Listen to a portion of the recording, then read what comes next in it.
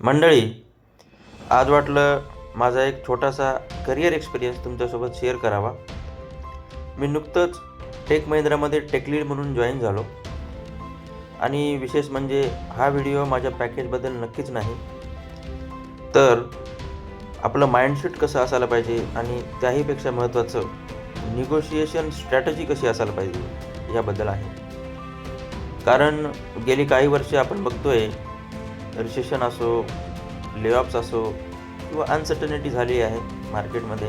त्याच्यामुळं आपल्याला असं वाटते की आपण कुठंतरी कम्फर्ट झोनमध्ये गेलो आहे.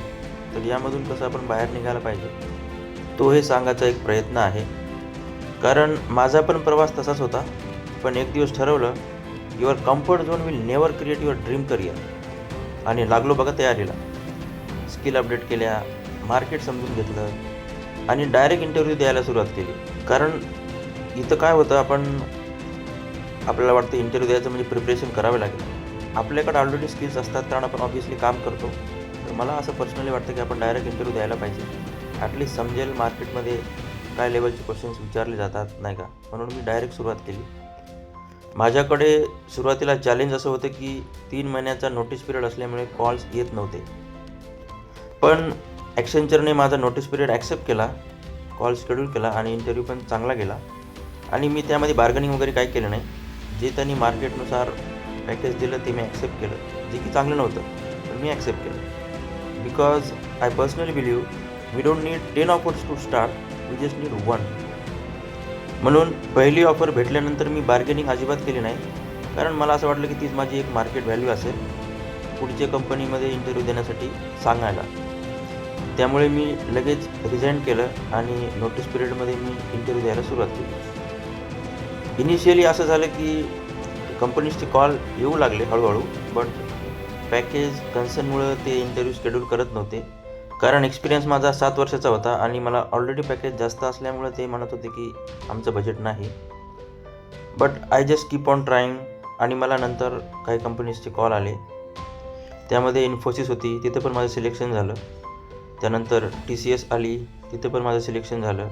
नंतर फर्स्ट अमेरिकन इंडिया आहे, तिथं पण माझं सिलेक्शन झालं. आणि नंतर UST ग्लोबल, तिथं पण सिलेक्शन झालं. आणि सगळ्यात शेवटी टेक महिंद्रा. आता या कंपनीमध्ये सिलेक्शन झालं, पण या कंपन्या लगेच आल्या नाही. इनिशियली जो नोटीस पिरियड असतो 3 महिन्याचा, तर 2 महिने माझे मोस्टली असेच गेले. यामध्ये TCSचा आणि फर्स्ट अमेरिकन इंडियाचा आला होता. प्रोसेसमध्ये वेळ गेला त्यात आणि झालं. पण शेवटचा जो महिना होता त्यामध्ये मला भरपूर कॉल्स आले आणि त्यानुसार मी डिस्कशन करत गेलो. नोटीस पिरियड संपायला 20 दिवस बाकी असताना माझ्याकडे ह्या ऑफर्स होत्या. बट फायनल डिसिजन घेण्यासाठी मी हा वेळ घेतला आणि त्यामध्ये प्रत्येक कंपनीचा रोल, कंपनीची ग्रोथ समजून घेतली आणि शेवटीला टेक महिंद्रा जॉईन केली. यामध्ये सर्वात महत्त्वाचा भाग म्हणजे सॅलरी निगोशिएशन आहे असं मला वाटतं. जनरली आपण सॅलरी निगोशिएशन कसं करायला पाहिजे, जे आपण करत नाही, ते मी सांगतो. जर तुमच्याकडं चांगली काउंटर ऑफर असेल आणि तुमचा इंटरव्ह्यूचा फीडबॅक चांगला गेला असेल, तर तुम्ही निगोशिएट चांगलं करू शकता. And I believe always negotiate with confidence, not with desperation. म्हणून डिस्कशन सुरुवात करताना व्यवस्थित सुरुवात करा. एक्झाम्पल सांगायचं झालं तर, जर तुमचं टार्गेट 30 LP असेल, तर डिस्कशन सुरू करताना 35 फिक्स पे म्हणून सुरू करा. कारण निगोशिएशनसाठी पॅकेज विंडो असायला पाहिजे. ऑब्व्हियस आहे की कंपनी पॅकेज निगोशिएशनसाठी तुम्हाला बोलणारच.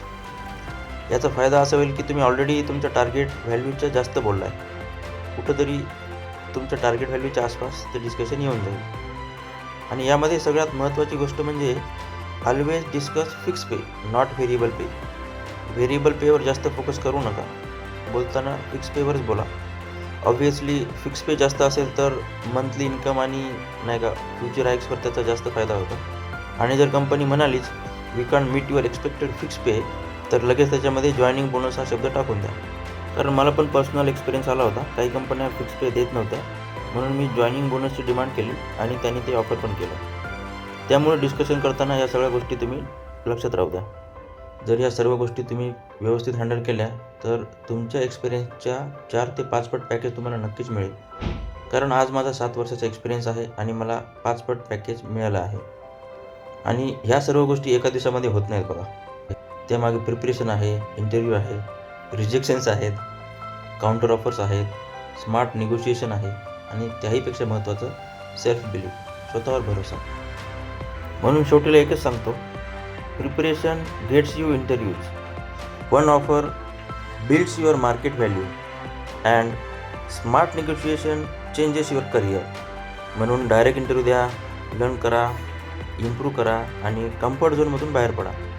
आणि मला भरोसा आहे कदाचित तुमची पुढची ऑफर तुमच्या करिअरमधला सर्वात महत्त्वाचा टर्निंग पॉईंट ठरेल. धन्यवाद.